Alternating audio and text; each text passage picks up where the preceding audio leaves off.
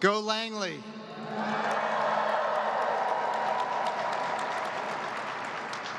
So I get the honor at these events of introducing somebody who I think is doing an amazing job on behalf of our nation and our nation's effort to explore space and do more than we've ever been able to do before. The Vice President is somebody who was selected by the President of the United States to be chairman of the National Space Council, something that hadn't existed for many, many years.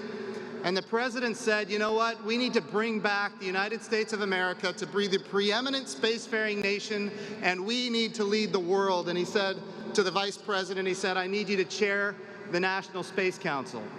Now, me, as the NASA Administrator, I get the honor of serving on the National Space Council under the chairmanship of the Vice President of the United States.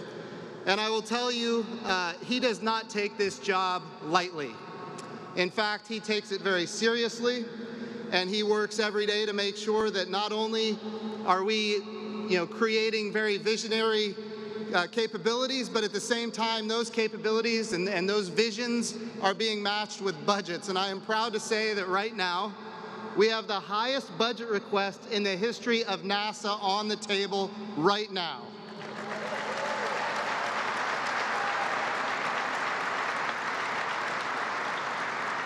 So creating the vision is one thing, but then following up the vision to give us the resources necessary to achieve the vision, that's something else. We've been through these efforts before with the Space Exploration Initiative, which was a return to the moon and then on to Mars, but the budgets never materialized. We went through the Vision for Space Exploration in the early 2000s, a return to the moon and then on to Mars, but the budgets never materialized. But now we have the chairman of the National Space Council that is advocating on our behalf as NASA to not only do these stunning achievements, but to have the budgets necessary to achieve them on compressed timescales. We'll just go through a few space policy directives that he has led and the President has signed. Space Policy Directive 1, we're going to go to the moon sustainably. We're going to go with commercial partners and international partners. We're going to use the resources of the moon to learn how to live and work on another world, and we're going to take all of that knowledge onto Mars. That's Space Policy Directive 1. Space Policy Directive 2 says we're going to change the way we do the regulations of space, especially commercial space, whether it's launch and re-entry or whether it's remote sensing. We're going to actually streamline the regulatory environment so the United States of America can again be preeminent. And by the way, that's good for NASA because we're doing more things commercially than ever before, and when commercial industry does well, so does NASA. So that's very positive. And then Space Policy Directive 3. Something else that has been in need for a long time. We need to do space situational awareness and space traffic management. A lot of things are launching into space, and we're seeing these constellations of thousands of satellites being launched. And under Space Policy Directive 3, we now have a plan where we're going to be able to do space situational awareness and space traffic management, making space safe, so that my children and my grandchildren and your grandchildren, we can all have access to space for generations to come. That's Space Policy Directive 3. And then Space Policy Directive 4. We have seen that space has become not just congested, but also contested. And therefore, we need security. It's now a $400 billion economy, and it's soon going to be a $1 trillion economy. And anywhere there is commerce, there has to be national security and defense. That's just the reality. And we are facing threats like never before in space. So Space Policy Directive 4 said we're going to create the U.S. Space Force. And ultimately, the Vice President of the United States, as chairman of the National Space Council, has led these efforts. And I am proud to say that I have the honor of serving on the National Space Council under the leadership of the Vice President of the United States. And I will also say this.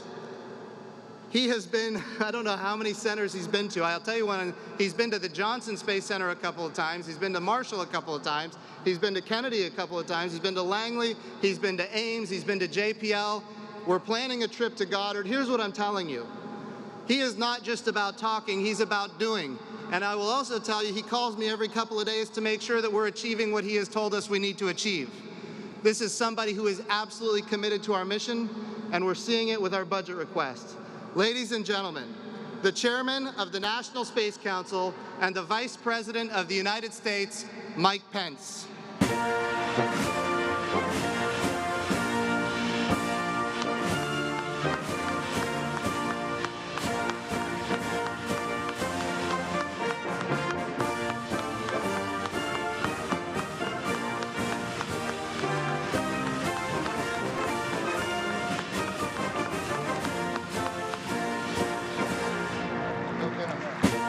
Well,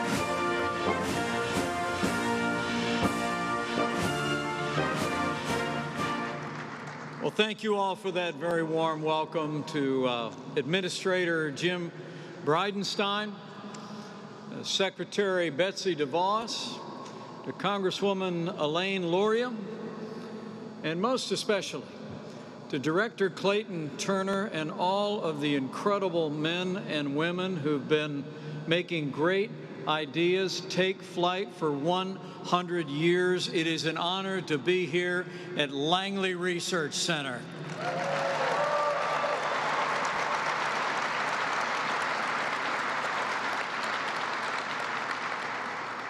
Director Turner and I have been walking through wind tunnels, talking about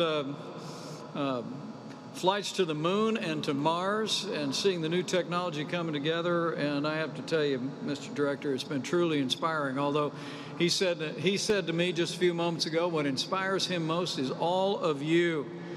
He said his whole job as the director of Langley Research Center is, and I'm quoting now, is to create an environment where all of you can continue to be amazing. So join me in thanking Director Clayton Turner. One more time. Stand up, will you? Thank you, Director Turner. Thanks for doing such a great... You can show your appreciation. This is a man who loves this institution and is a great, great leader in this program. Thank you so much.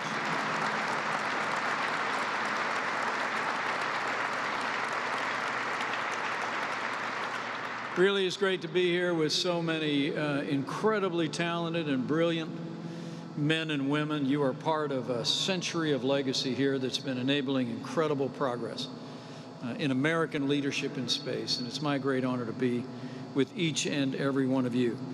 And as I begin, allow me to bring greetings from a friend of mine who is also a great friend of American leadership in space and all of the men and women who have made it happen, past, present, and future. I bring greetings from the 45th President of the United States of America, President Donald Trump.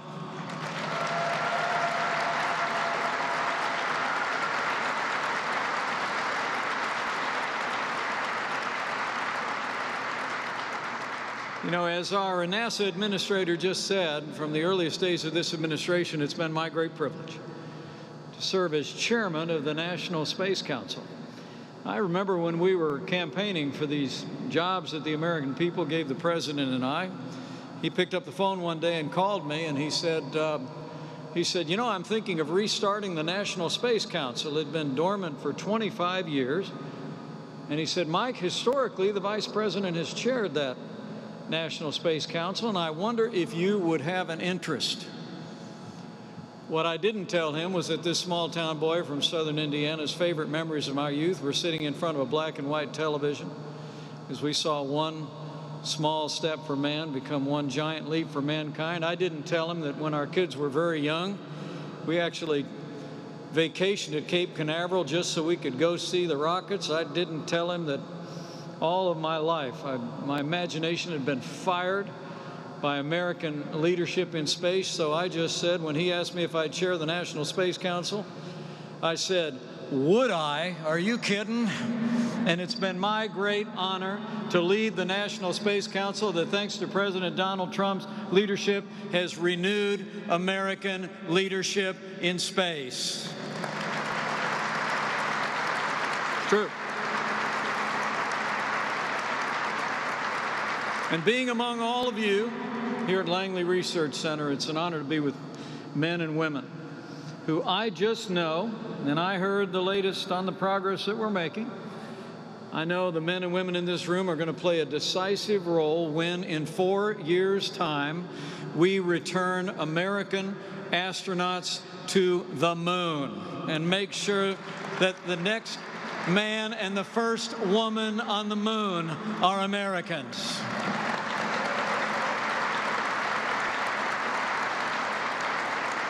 But more on that in a moment. It is a special privilege for me to be here at Langley today, to walk these grounds, to see these facilities, really to see in so many ways where it all began. For more than a century, it's amazing to think of it, the men and women of Langley Research Center have been leading our country into the vast unknown. And what's even more remarkable about all you've accomplished is, for one reason or another, it seemed like more than 50 years ago, we were always starting from a step behind. But thanks to the ingenuity and the innovation of men and women here at Langley Research Center, America caught up fast, and has been leading ever since.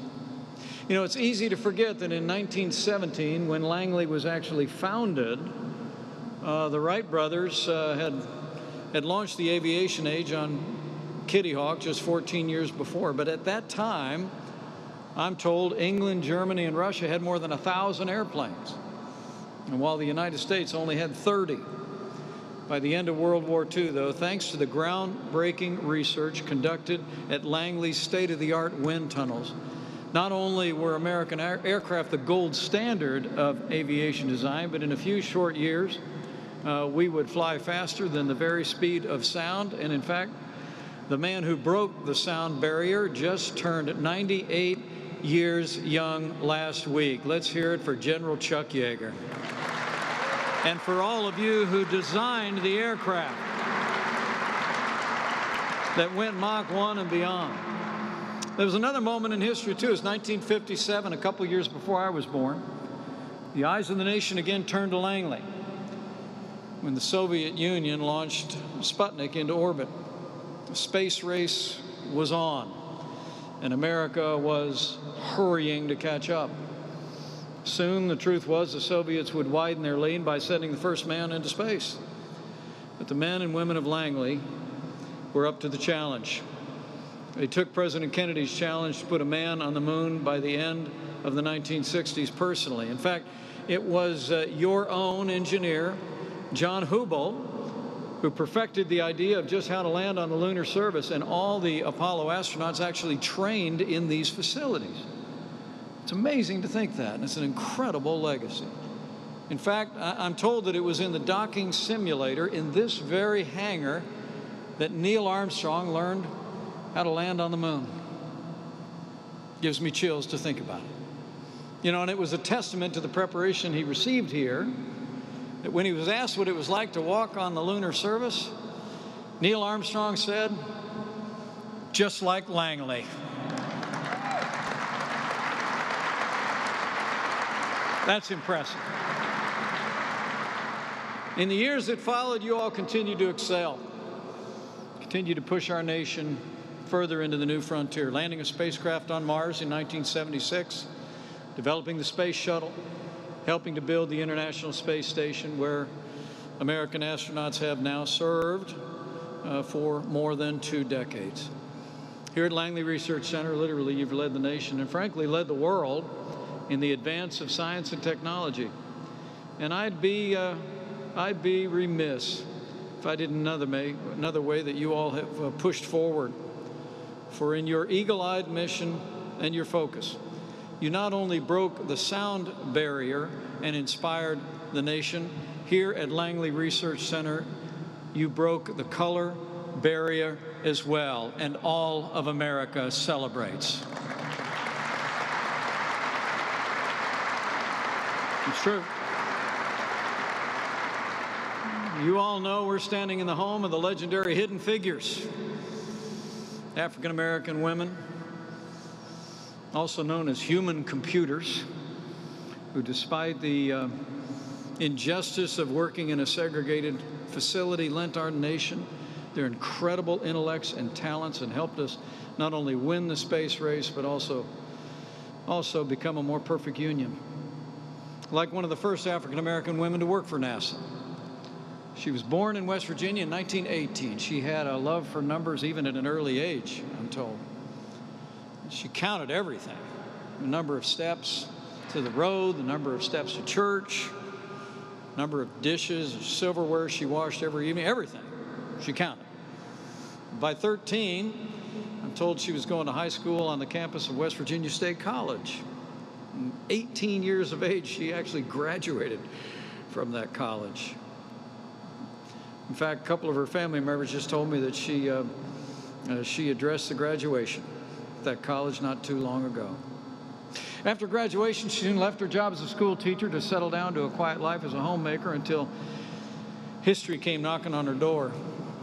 She heard about an opening, I'm told, at the West Area Computing section here at Langley. Led by her fellow West Virginian, Dorothy Vaughn, she decided to apply. She was hired in 1953, and it didn't take long for her colleagues to recognize her intellect and her ability. And I'm told her big moment came in 1962. NASA was preparing to make John Glenn the first American to orbit the Earth, but the mission hit a snag.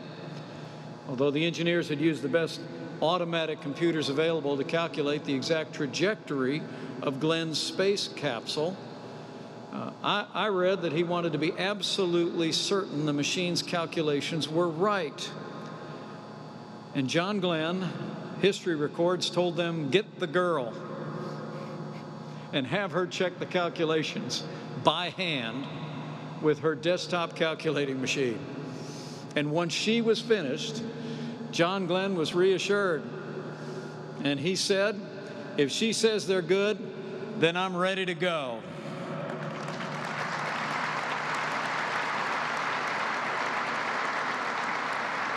And he was. In fact, tomorrow marks 58 years since John Glenn's historic orbit. And what a debt this nation owes to him. And just as much to that woman who helped make it happen. At 100 years young, she is still with us, thank God. In 2015, she was awarded the Presidential Medal of Freedom. Today, her name graces the Computation Research Facility on this campus. And we all remember the extraordinary motion picture that inspired the nation just a few short years ago. So let me say, in honor of African American History Month, join me in recognizing a truly great American pioneer, Katherine G. Johnson.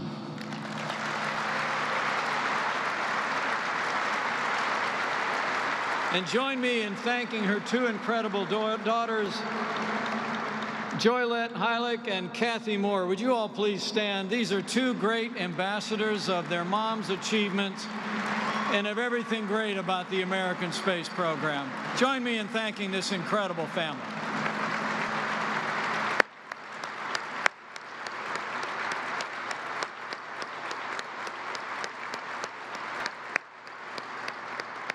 Thank you, ladies.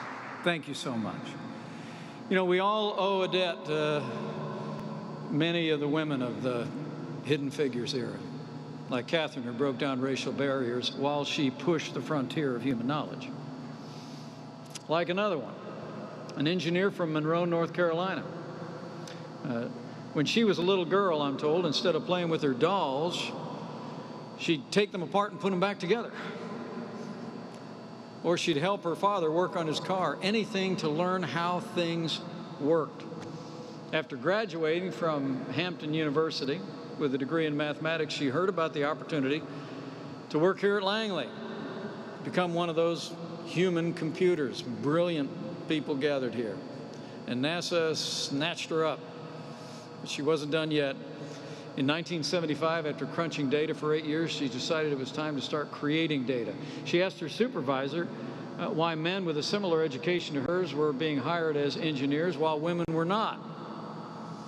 Stumped, her supervisor transferred her to the engineering section, to our great benefit, where she became one of the first women aerospace engineers in NASA history. And during her 40-year career, she became, frankly, one of the world's leading experts on supersonic flight, which she continues to offer her insights today.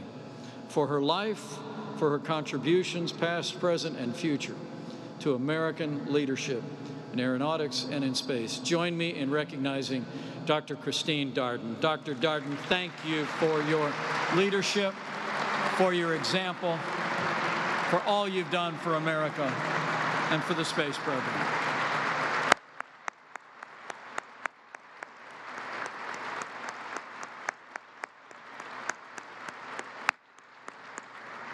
Such an honor to be with you today. Thank you. Thank you so much. You know, ever since Katherine and Christine came to NASA, all of you here at Langley have continued that proud tradition of empowering Americans from all walks of life and every background to take part in the extraordinary experience of human exploration and discovery. And for all that you've accomplished here at Langley Research Center, it's how you have done it, bringing all of the best of America together to do it. It's really a way that Langley Research Center has inspired the nation in two ways, not just for what you've done, but for who you are. I mean, the hidden figures inspire us about your great contributions to the life of this nation today. But the really good news is the hidden figures have given way to modern figures, many of whom are with us here today. Am I right?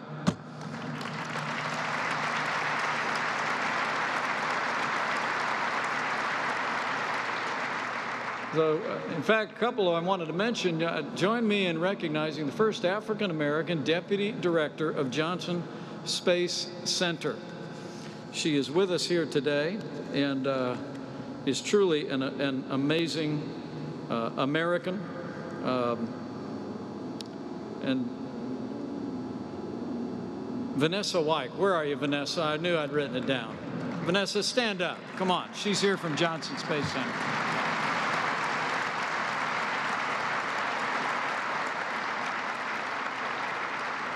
And then join me in recognizing an incredible American astronaut, Stephanie Wilson, who is with us today. Stephanie, thank you for your courageous contributions to the space program.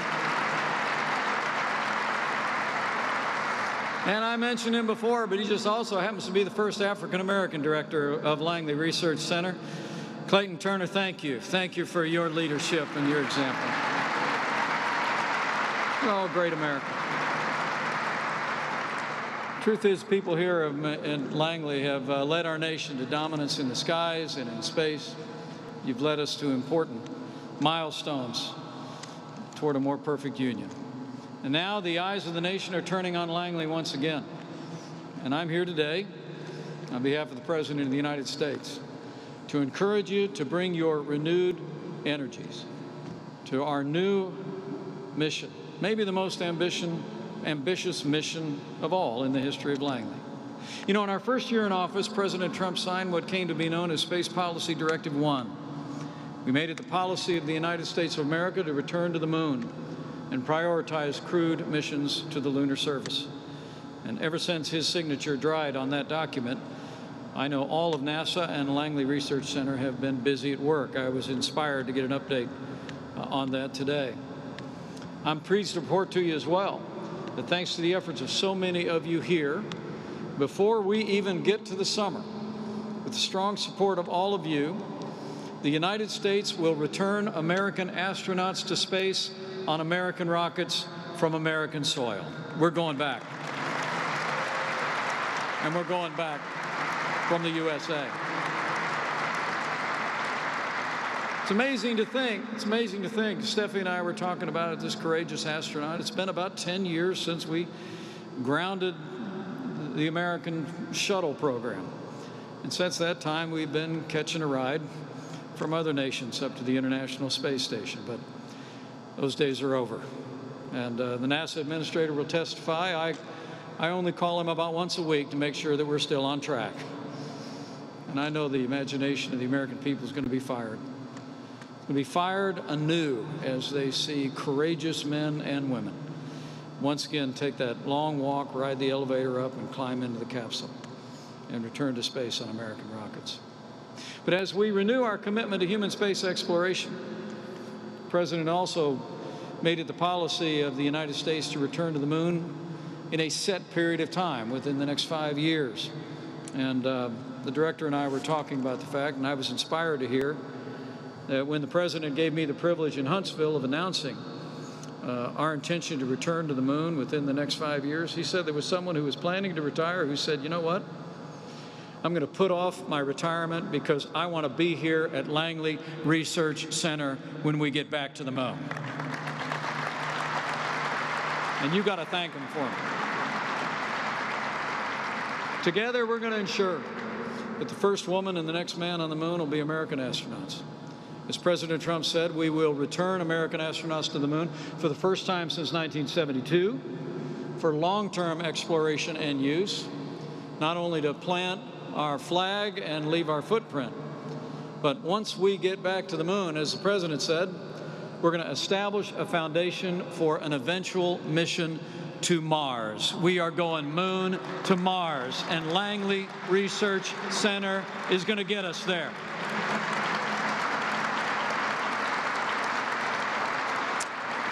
I don't have to tell all of you that Langley is going to be absolutely vital to this mission. As I learned again today, touring the facilities, I know you're hard at work, testing in the wind tunnels, the SLS space launch system. It's the most powerful rocket NASA will have ever built. You've developed a launch abort system. You're building laser radar systems to enable our astronauts to land precisely on the moon, near the water they'll need to sustain a long-term presence. You're testing new heat shield designs to help our astronauts navigate the treacherous Martian atmosphere when we get there. And I'm also told you're working with industry partners to develop the robotic space assembly and construction technology we need to land on Mars. I was actually very impressed with all the robotics that we just saw that would be actually building the structures on the surface of the moon while our astronauts are doing the exploration work. It's really impressive. And to actually see that young engineer using an Xbox controller while he ran the whole thing was even more impressive. We're capturing the enthusiasm of a new generation of American pioneers. We're bringing all the best technology, and you here at Langley are making it happen. So I really came by today just to say thank you. Thank you for what all of you are doing in this renewed mission for American leadership in space. And I want to assure you, under President Trump's leadership, we're not only going to have the will, we're not only going to have the goal, but we are going to make sure that NASA and Langley have the budget to get the job done.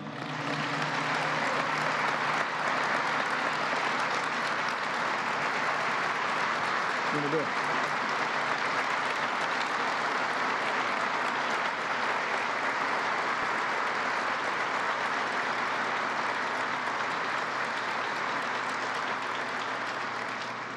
In fact, President Trump has already signed into law the largest budget ever for NASA in the modern era. And just last week, the President unveiled this year's budget for NASA, which calls for a NASA budget of more than $25 billion. It's a 12% increase. And let me just say, I can assure you that the support for NASA is strong and broad in Washington, D.C., and it is truly bipartisan. And I do want to thank Congresswoman Elaine Luria for your strong support, not just of Langley, but of NASA. And thank you for being here today as well.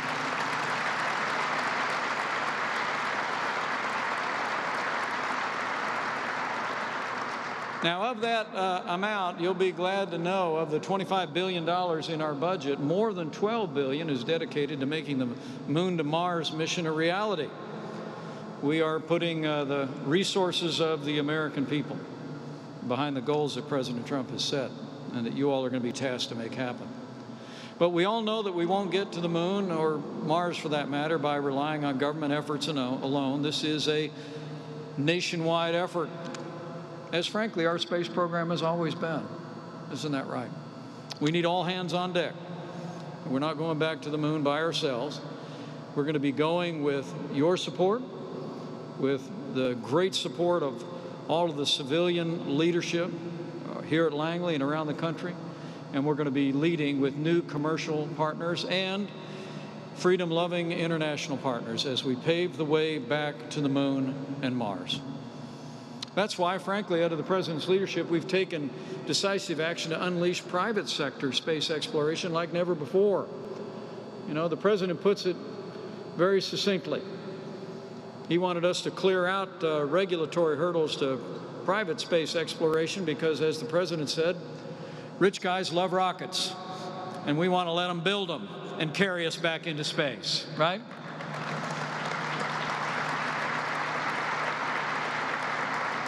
We want to see that entrepreneurial spirit continue to develop, and it is. I don't have to tell you here at Langley about the incredible entrepreneurial energy behind the space enterprise in the United States.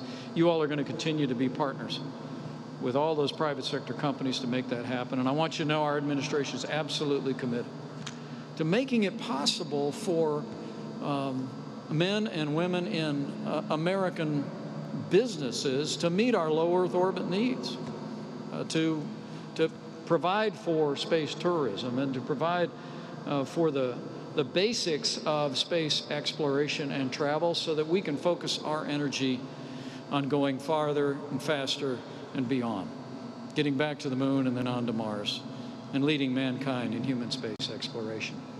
It'll be the people here at Langley and NASA centers nationwide that are going to be partnering with all those private sector firms and organizations, and I encourage you to do so.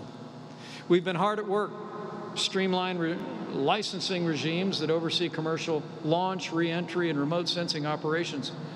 You know, it's amazing. The director and I were talking about some of this before, but it's amazing that people that were looking to get a license to launch a rocket on the West Coast had to get a different license to launch a rocket on the East Coast. And so we've standardized all of it. We've worked on space traffic management, and we're removing outdated regulations that increase costs and, frankly, stifle innovation. We've also encouraged a more stable space environment by developing that traffic management system. And today, NASA is leading commercial-friendly efforts to plan the orbital platforms that will eventually succeed the International Space Station, as well as lunar landers that'll carry us once we're back on the moon. So I want to assure all of you that not only do you have the support of this president, this vice president, but I have every confidence that you have the support and the admiration of the American people. Stephanie and I were just talking about this, and she agreed with me, so I must be right. But once we have American astronauts on American rockets being launched from American soil, the American people are going to know we're serious, right? And I think it's going to continue to fire the imagination of people of this country. The broad bipartisan support that we have on Capitol Hill, I think, is a reflection of the fact that America is ready to go again. We're ready to lead again. We're in so many ways a nation of pioneers. And you all, some of you here literally, and your families, and all of you individually are part of that pioneering generation. So get ready to get busy. The President has directed NASA and the Administrator to accomplish our goal to return to the moon and then on to Mars, not only within 5 years, but let me be clear. The President's made it clear that we're going to accomplish this goal by any means necessary. In order to succeed, we are going to continue to focus on the mission over the means. We want to challenge each one of you here at Langley. Consider every available option and platform to meet our goals, including industry, government, and the entire American space enterprise. It's a reason why we're cutting out the underbrush of needless regulations and barriers to innovation, because we want you all to be able to reach, to engage, and to draw on the best ideas in America to get us where we're going by the time we set ourselves to get there. Our administration is absolutely committed to this goal, and we want you all to have the same determination and resolve to get there. And this President, this administration, and the American people are committed to achieving this goal through NASA and through the Langley Research Center.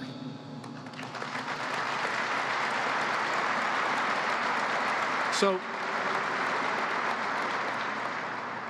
let me at least give you one word of admonition on behalf of your President and on behalf of the entire National Space Council. More than ever before, we want you to engage your imaginations, your creativity.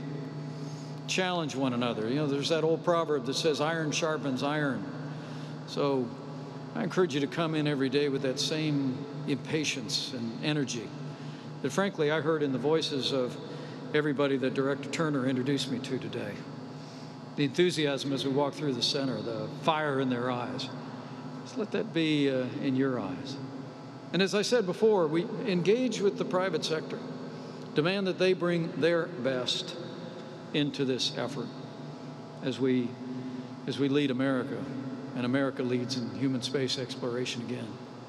The truth is, I know I'm standing before some of the most brilliant people in this country or in the world. but there's also many in the private sector who are going to benefit.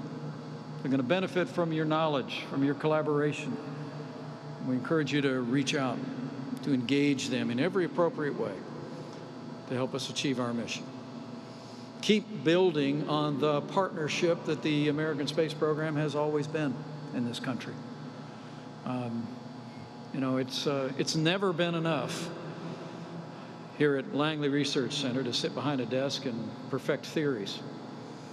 Theories are meant to be tested, and each one of you are men and women who understand that. You're in the testing business. You develop the theories here, and then you've made sure through the generations that they've worked. So I want to challenge you to continue to bring your renewed energies to that, and challenge our partners in the private sector to do the same.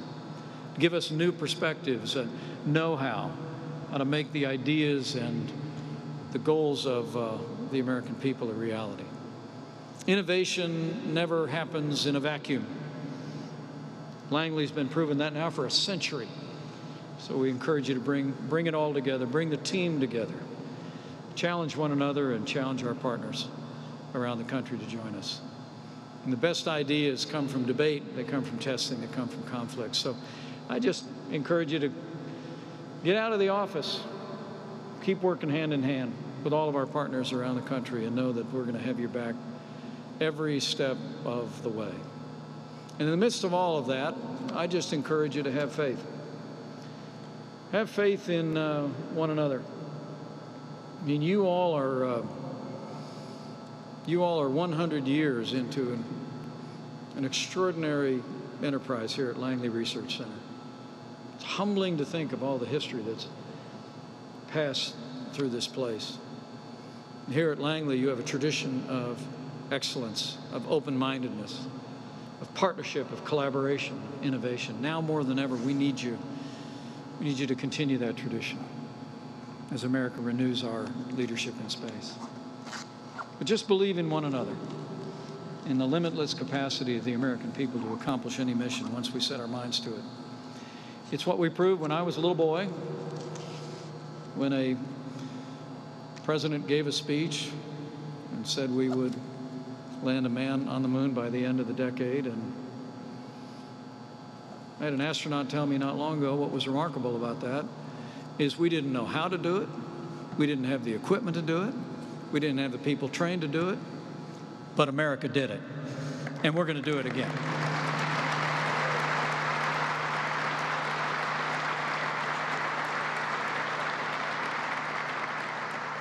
So I leave here today with renewed confidence. I have to tell you, Administrator Bridenstine knows I talked to some of those people over at the last facility, and I just said, we need to get these people on the road. The enthusiasm here is contagious. And I have every confidence. I have faith in each and every one of you that you're going to live up to the incredible legacy of which you are a part here at Langley Research Center. You're going to continue to innovate. You're going to continue to develop the ideas of the future to achieve all of our goals. And I have to tell you, I also have faith in this new generation of astronauts. We just graduated the new class of astronauts down in Houston, didn't we? I was there 2 years ago when they started their training. And I told a story then that back in Indiana, we have a saying that when you see a box turtle on a fence post, one thing you know for sure is he didn't get there on his own. And the astronaut class went on to name themselves the Turtles. And it's an incredible group of men and women. I mean, the technologies and the theories that you are developing here at Langley Research Center are going to carry aloft an incredible group of men and women that are going to create all new history for America and for mankind on the moon and Mars and beyond. And when it happens, just like it happened before, there'll be heroes that we celebrate who will have ticker tape parades and meetings at the White House. But I want you to know, your president, your vice president knows that every bit as much credit will go to each and every one of you here at Langley Research Center.